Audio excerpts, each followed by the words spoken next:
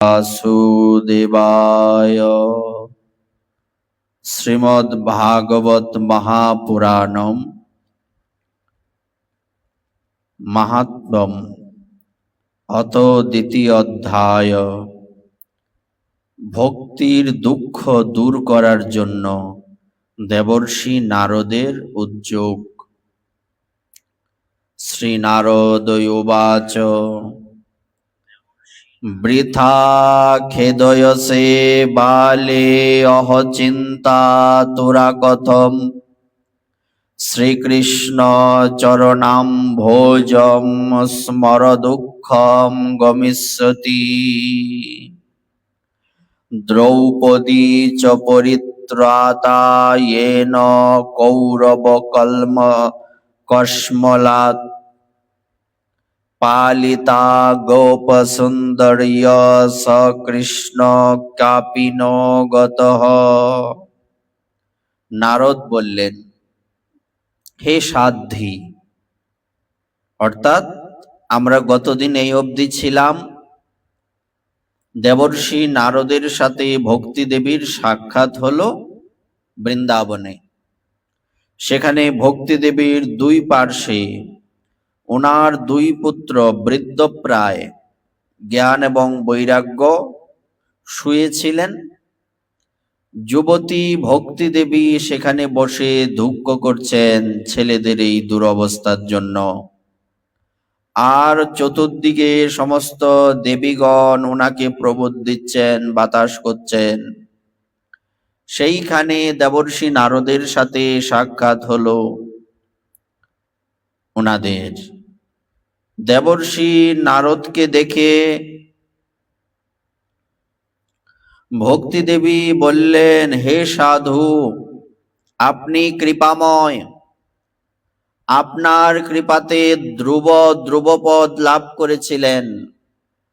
আপনার কৃপাতে প্রহ্লাদ কয়াদু মাতার গর্ভে জন্মগ্রহণ করে দৈত্যকুলে জন্মগ্রহণ করেও আপনার কৃপা পেয়েছিলেন। সুতরাং আপনি আমাকে কৃপা করার জন্যই এখানে উপস্থিত হয়েছেন। আপনি সাক্ষাৎ ব্রহ্মার পুত্র, আমি আপনাকে প্রণাম করছি। তো দেবর্ষি নারদ এই কথা শুনে বললেন, হে সাধ্বী। সাধ্বী মানে সাধুর বিপরীতার্থক শব্দ কিংবা সাধুর স্ত্রীবাচক শব্দ হচ্ছে সাধ্বী। পুরুষকে বলে সাধু আর নারীকে বলে সাধ্বী। তুমি বৃথা কেন দুঃখ করছো? দেবর্ষি নারদ বলছেন ভক্তি দেবীকে, আহা, তুমি এত চিন্তাগ্রস্তই বা কেন হয়েছ? ভগবান শ্রীকৃষ্ণের চরণ কমলের ধ্যান করো। আমরা কখনো কখনো নানান কারণে চিন্তান্বিত হয়ে যাই। নানা রকম চিন্তা এসে আমাদের গ্রাস করে। তো এর থেকে পরিত্রাণের উপায় দেবর্ষি নারদ এখানে বর্ণনা করলেন। যদি সমস্ত চিন্তা থেকে তুমি মুক্তি লাভ করতে চাও, ধ্যান করো, মেডিটেশন। ধ্যান করলে সমস্ত চিন্তা দূরীভূত হয়ে যাবে। কার ধ্যান নির্দিষ্ট করে বলে দিয়েছেন, শ্রীকৃষ্ণের চরণ কমলের ধ্যান করো। তার কৃপায় তোমার সকল দুঃখের অবসান হবে, লাঘব হবে সমস্ত দুঃখ। কৌরবদের অত্যাচার থেকে যিনি দ্রৌপদীকে রক্ষা করেছিলেন আর গোপাঙ্গনাদের যিনি সাহচর্য দিয়ে আশ্রয় দিয়েছিলেন, সেই শ্রীকৃষ্ণ সত্যিই তো কোথাও যাননি। আমরা নরমালি জানি ভগবান শ্রীকৃষ্ণ বা মহাপ্রভু পৃথিবীতে বর্তমানে লীলা করছেন না, অপ্রকট লীলায় আছেন। কিন্তু ভগবান লীলা না করলে কি হবে? ইনি কি নাই? এমন কোন জায়গা আছে যেখানে ভগবান নাই? প্রত্যেকটা ধূলিকণার মধ্যে ইনি রয়েছেন। সুতরাং এখানে দেবর্ষি নারদ প্রবোধ দিচ্ছেন, সান্ত্বনা দিচ্ছেন এবং বোঝানোর চেষ্টা করছেন, হে ভক্তি দেবী, তুমি চিন্তা কেন করছো? আরে যিনি সমস্ত ব্রজ গোপিনীগণকে কৃপা করেছিলেন, যিনি দ্রৌপদীকে এহেন দুঃখ থেকে, এই লাঞ্ছনা থেকে, বঞ্চনা থেকে রক্ষা করেছিলেন, তিনি কোথাও যাননি, তিনি তো এখানেই আছেন। খুঁজলেই পাওয়া যাবে, আশ্রয় নিলেই পাওয়া যাবে, তার চরণে বিশ্বাস থাকলেই পাওয়া যাবে, দৃঢ় বিশ্বাস থাকতে হবে। আর তুমি তো ভক্তি দেবী স্বয়ং এবং সর্বদাই তার প্রাণাধিকা। ভক্তি দেবী হচ্ছেন ভগবানের প্রাণাধিকা। প্রাণাধিকা মানে প্রাণের থেকে অধিক যাকে ভালোবাসেন। যেমনি শ্রীমতী রাধারানীকে, আর ভক্তি দেবী তো রাধারানীরই প্রকাশ, ভক্তি তো রাধারানীর থেকে এসছে, ভক্তি তো গোবিন্দের থেকে আসেনি। গোবিন্দ আর রাধারানীর মধ্যে প্রভেদ নেই, যেহেতু স্ত্রী স্বরূপা, তাই আমরা বলছি এই কথা। যেই রাধা সেই কৃষ্ণ, ভক্তি দেবী ওনার থেকেই এসছেন। তো রাধারানী যেমন গোবিন্দের প্রাণাধিকা, ভক্তি দেবীও তেমনি গোবিন্দের প্রাণাধিকা। তো দেবর্ষি নারদ বলছেন, তুমি কেন চিন্তা করছো? তুমি তো স্বয়ং গোবিন্দের প্রাণাধিকা, গোবিন্দ তোমাকে প্রাণের থেকে অধিক ভালোবাসেন, তো তোমার কিসের চিন্তা?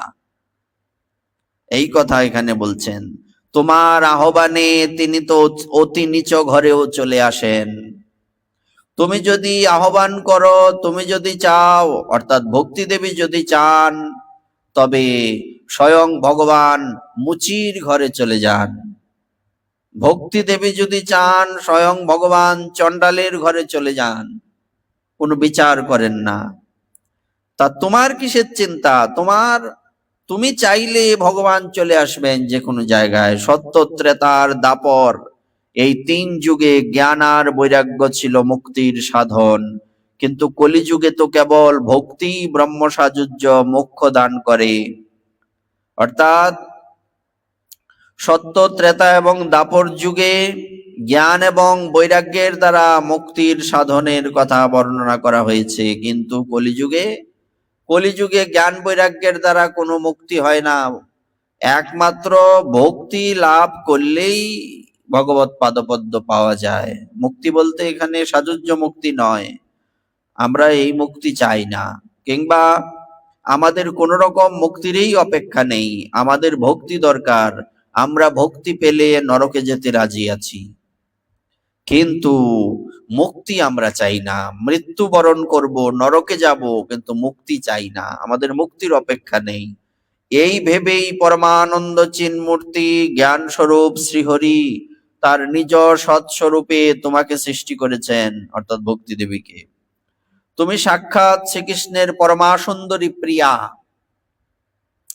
তুমি যখন একবার হাত জোর করে প্রশ্ন করেছিলে যে আমি কি করব, তখন ভগবান তোমাকে এই নির্দেশই দিয়েছিলেন যে আমার ভক্তদের পোষণ করো। তো ভক্তি দেবী কি আমাদেরকে অন্ন, তারপর বস্ত্র, বাসস্থান, শিক্ষা, চিকিৎসা, বিনোদন এইসব দিয়ে কি আমাদের পোষণ করেন? বলছে না, এই পোষণ সেই পোষণ নয়। আমাদের এই দেহ একটা রয়েছে, আর একটা দেহ হচ্ছে চিন্ময় দেহ, আর একটা ভেতরে একটা সূক্ষ্ম দেহ রয়েছে।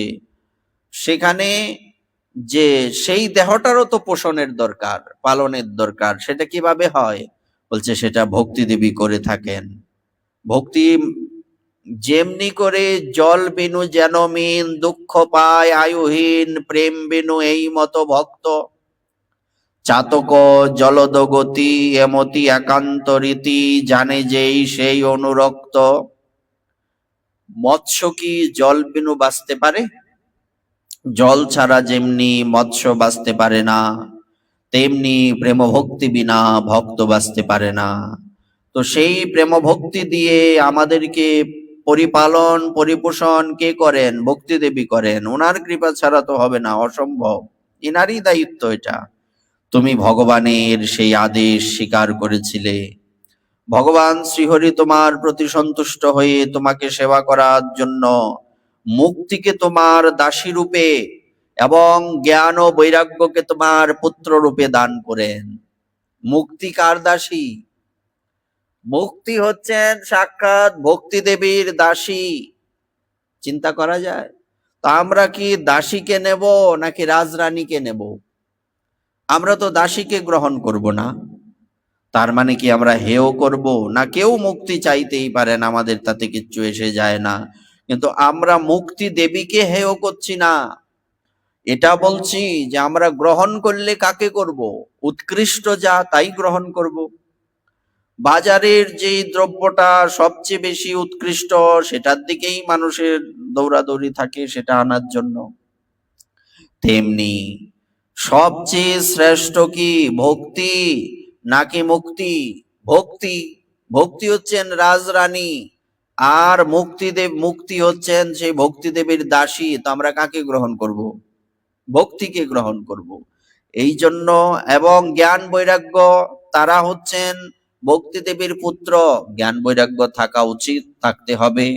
জ্ঞান বৈরাগ্য না থাকলে তো কৃপা হবে না। বৈরাগ্য মহাপ্রভুর ভক্ত যত বৈরাগ্য প্রধান, যাহা দেখি প্রীত হন গৌর ভগবান। আর জ্ঞান কোন জ্ঞান? এ বেদের যে শুষ্ক জ্ঞান, এই জ্ঞানের কথা এখানে বলা হয়নি। ভক্তির জ্ঞান, জ্ঞান যোগ, জ্ঞান যোগ আর ভগবদ গীতার জ্ঞান যোগ আর বেদের জ্ঞান কাণ্ড এক নয়। ওইটা শুষ্ক। জ্ঞান কাণ্ড হচ্ছে শুষ্ক, কর্মকাণ্ড জ্ঞান কাণ্ড কেবল বিষের ভাণ্ড। অমৃত বলিয়া যেবা খায়, নানা জনি সদা ফিরে, কদর্য ভক্ষণ করে তার জন্ম অধপাতে যায়। আমাদের ওই জ্ঞান কাণ্ড কর্মকাণ্ডের অপেক্ষা নেই। আমরা জ্ঞান কাণ্ড কর্মকাণ্ডকে দূর হইতে প্রণাম করি। কাউকেই ছোট করা যাবে না, কাউকে হেয় করা যাবে না, কিন্তু আমাদের চাওয়া কি? চতুর্দিকে অনেক ভালো মন্দ কিছু আছে, তো আমি যেটা গ্রহণ করবো ওই দিকেই আমার দৃষ্টি থাকবে। তার মানে এই তো নয় যে আমি অন্য চতুর্দিকে আরো অনেক কিছু যে রয়েছে এইগুলিকে আমি ভালোবাসি না, বা এইগুলিকে আমি হেয় করি, ঘৃণা করি, এমন তো নয়। ঘৃণাও করি না, কিন্তু চাইও না। দরকার নেই, দূর থেকে প্রণাম করি, নমস্কার জানাই। তো তুমি তো সাক্ষাৎ স্বরূপে বৈকুণ্ঠ ধামে ভক্তদের পোষণ করো। মর্তলোকে তুমি তো ভক্তদের পোষণের জন্য কেবলমাত্র ছায়ারূপ ধারণ করে রয়েছ। সেই থেকে তুমি মুক্তি, জ্ঞান ও বৈরাগ্যকে সাথে নিয়ে পৃথিবীতে এসেছ এবং সত্য থেকে দাপর পর্যন্ত খুবই আনন্দে ছিলে। কেন, তখন তো ভক্তি ছিল, লোকেরা ভক্তিকে গ্রহণ করত। কলিযুগে তোমার দাসী মুক্তি ভণ্ডামি রূপ রোগে আক্রান্ত হয়ে শীর্ণ হতে লাগলো। সেই জন্য তোমারই আদেশে অতি সত্বর বৈকুণ্ঠ লোকে চলে গেছে। এখানে দেখুন একটা কথা বলা হয়েছে যে তুমি সত্য, ত্রেতা, দাপর 3 যুগে কি ছিলে? খুবই আনন্দে ছিলে। যেমন ধরুন আপনি একটা দোকান দিয়ে বসেছেন, সেই দোকানের মধ্যে আপনার সমস্ত দ্রব্যাদি পরিপূর্ণ, কোনো কাস্টমার নাই, কেমন হবে? আপনি কি মৃতপ্রায় না, দুঃখী না? আমরা তো বিক্রি হচ্ছে না কিছু, জিনিসপত্র ভর্তি, কোনো কাস্টমার নাই। তেমনি জ্ঞান বৈরাগ্যের এই অবস্থা কেন? না, জ্ঞান বৈরাগ্যের কোনো গ্রাহক নাই, কেউ গ্রহণ করে না জ্ঞান বৈরাগ্যকে, তাই তারা বৃদ্ধপ্রায়, মৃতপ্রায় হয়ে গেছে। এই লোকেও তোমার স্মরণ মাত্রেই সে উপস্থিত হয় এবং আবার বৈকুণ্ঠ ধামে চলে যায়। আমরা যখন বৃন্দাদেবীর বন্দনা করি, ব্রজে রাধা কৃষ্ণ সেবা পাবো এই অভিলাষী, যে তোমার শরণ লয় তার বাঞ্ছা পূর্ণ হয়, কৃপা করি করতারে বৃন্দাবনবাসী। এখানে এই কথাই বলা হচ্ছে। দেবর্ষী নারদ বলছেন, হে ভক্তি দেবী, এই পৃথিবীতেও তোমাকে স্মরণ করা মাত্রই গোবিন্দ উপস্থিত হন।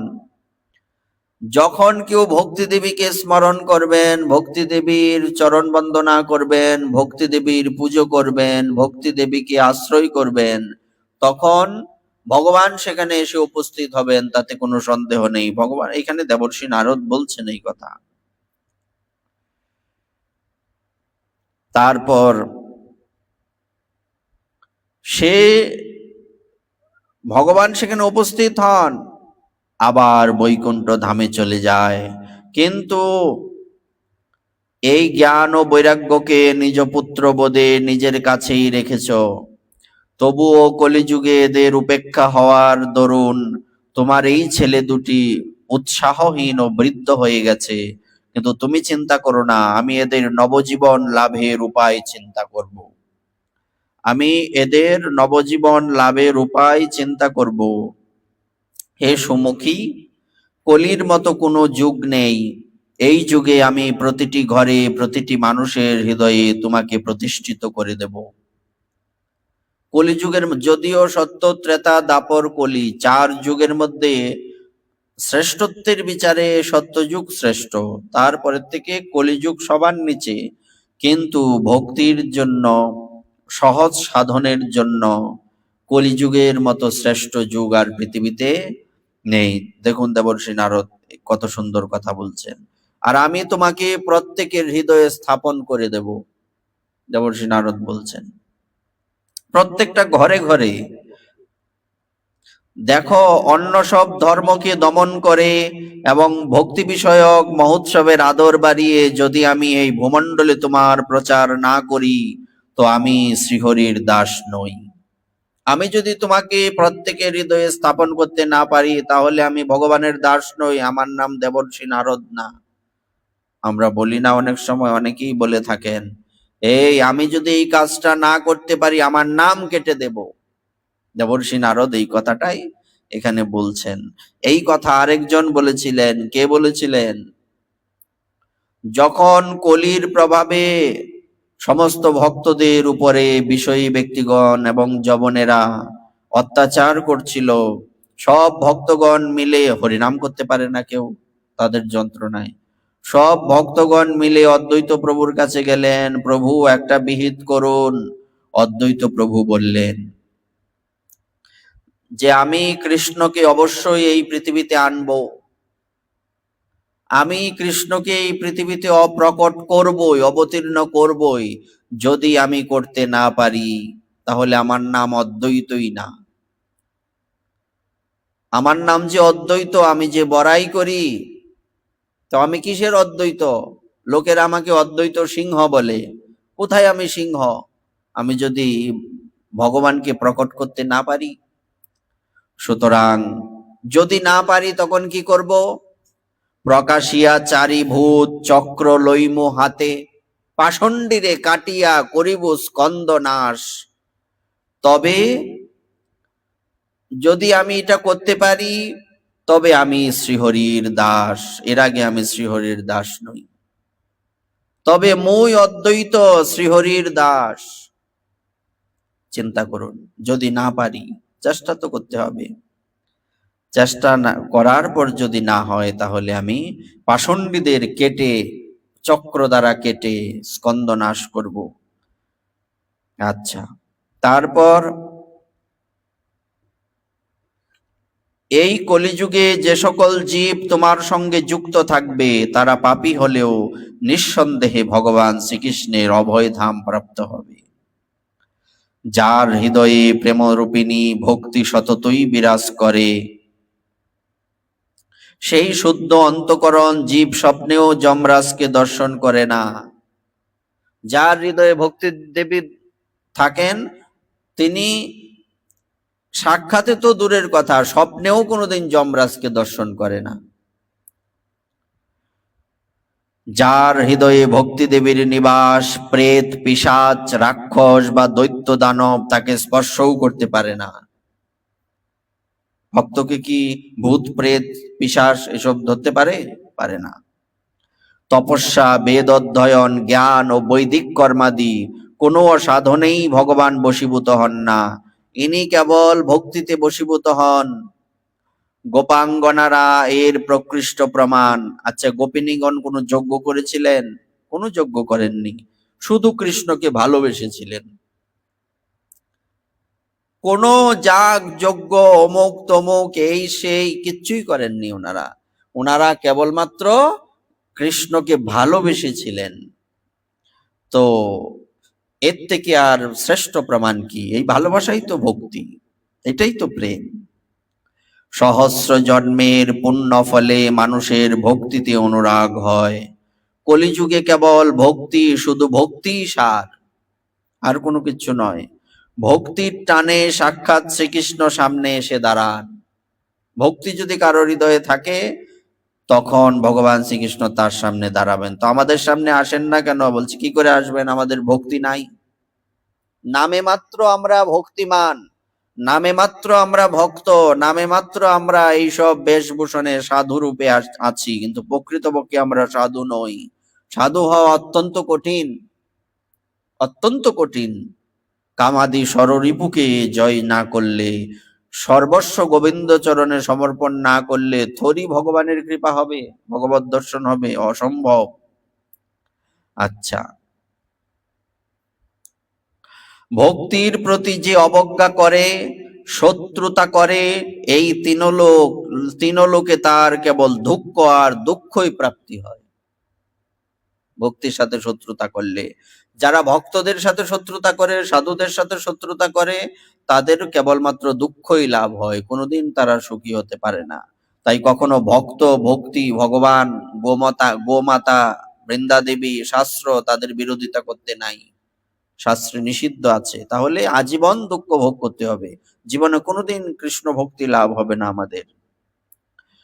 পুরাকালে ভক্তকে তিরস্কার করার জন্য দুর্বাসা মুনিকে অনেক কষ্ট পেতে হয়েছিল।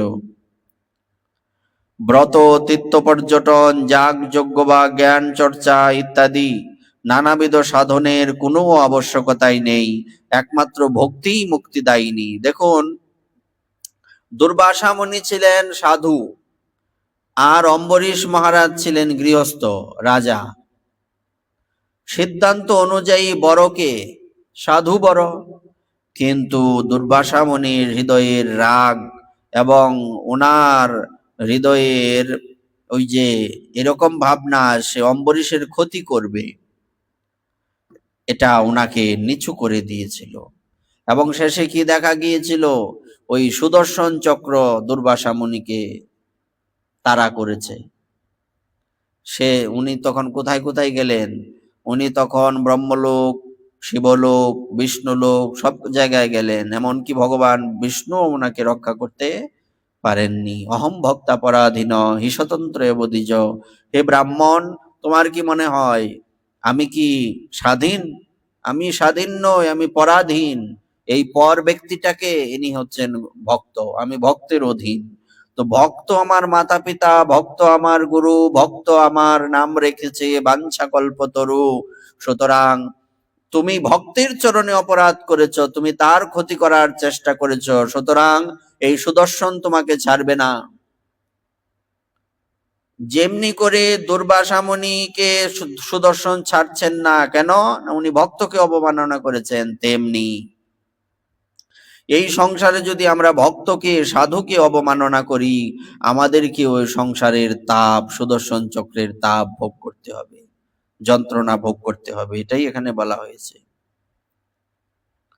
সুত বললেন, ইতি নারদ নির্ণীতম সমাহাত্তম নিশম্য সর্বাঙ্গ পুষ্টি সংযুক্তা নারদম বাক্যমব্রবীত।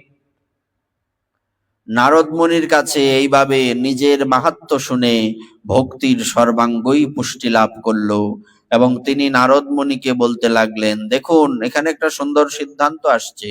সিদ্ধান্তটা হচ্ছে, আমরা মূলত ভগবানের অংশ। ভগবানের মধ্যে যে শক্তি রয়েছে, আমাদের মধ্যেও সেই শক্তি রয়েছে, তবে ক্ষুদ্র।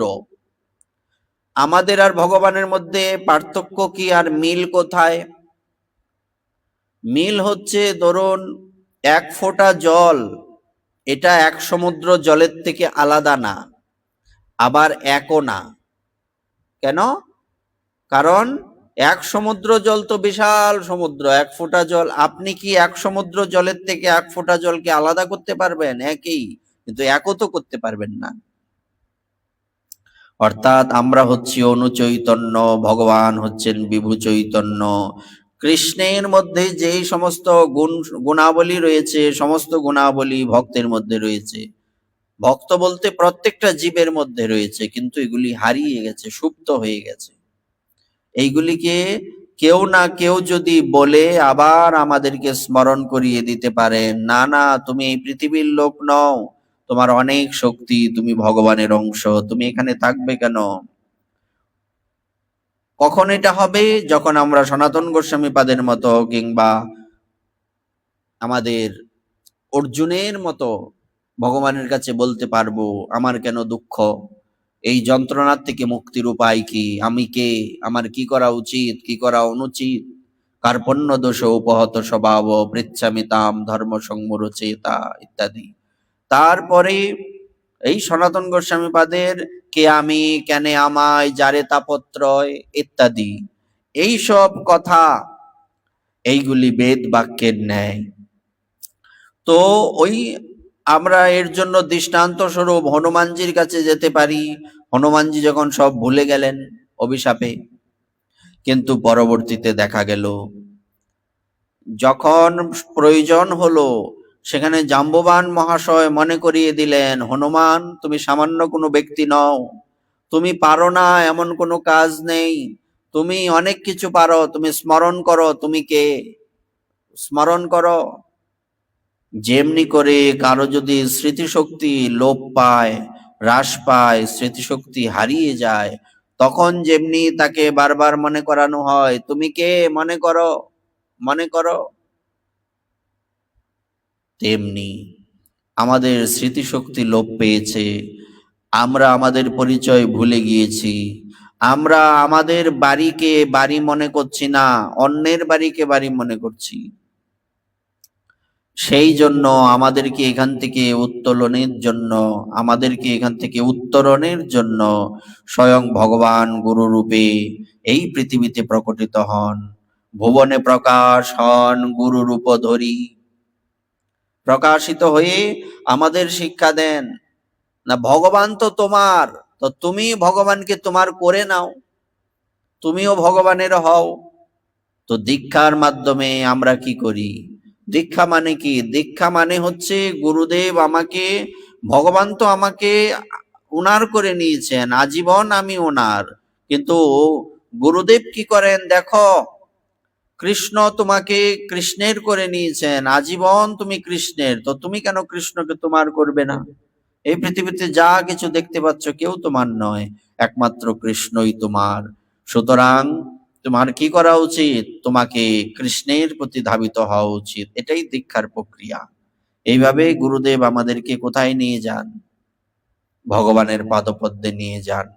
তাই এখানে এই কথাটাই বলছেন, নারদ মুনির কাছে এইভাবে নিজের মাহাত্ম্য শুনে ভক্তির সর্বাঙ্গ পুষ্টি লাভ করলো। আগের কথা মনে পড়ে গেল, ওনার শরীরের যে আমাদের, আমরা ভজন না করাতে, আমরা সাধন না করাতে ভক্তিদেবীর যে ক্ষতি হয়েছিল সেটা আবার মনে পড়ে গেল, এগুলি পূর্ণ হয়ে গেল। যেমনি ওষুধকে, পথ্যকে, শরীরের বিভিন্ন যে ঘাটতি দূর করা হয়, পুষ্টিহীনতা, ভিটামিন, মিনারেল, লৌহ, নানা রকম ওষুধ খেয়ে, তেমনি এই কথাগুলি হচ্ছে আমাদের জন্য মহৌষধ। এই কথাগুলি যখন আমরা মন প্রাণ দিয়ে শ্রবণ করব, আমাদের জীবনে প্রয়োগ করব, সবসময় এটা নিয়ে ভাববো, আসলেই তো কৃষ্ণ তো কবেই আমাকে ওনার করে নিয়েছেন, তো আমি কেন পারছি না? আমাকে পারতে হবে, কৃষ্ণই আমার, আর কেউ আমার নয়। এই কথাটাই দেবর্ষি নারদ এখানে বলতে লাগলেন। ভক্তি দেবী বললেন, ওহো নারদ, ধন্যয়সি প্রীতিস্তে মই নিশ্চলা। কি বলছেন এখানে? হে নারদ মুনি, আপনি ধন্য, আমার উপরে আপনার নিশ্চলা প্রীতি রয়েছে, আমি সদাই আপনার হৃদয়ে থাকব, কখনো আপনাকে ছেড়ে যাব না। কত সুন্দর কথা বলছেন।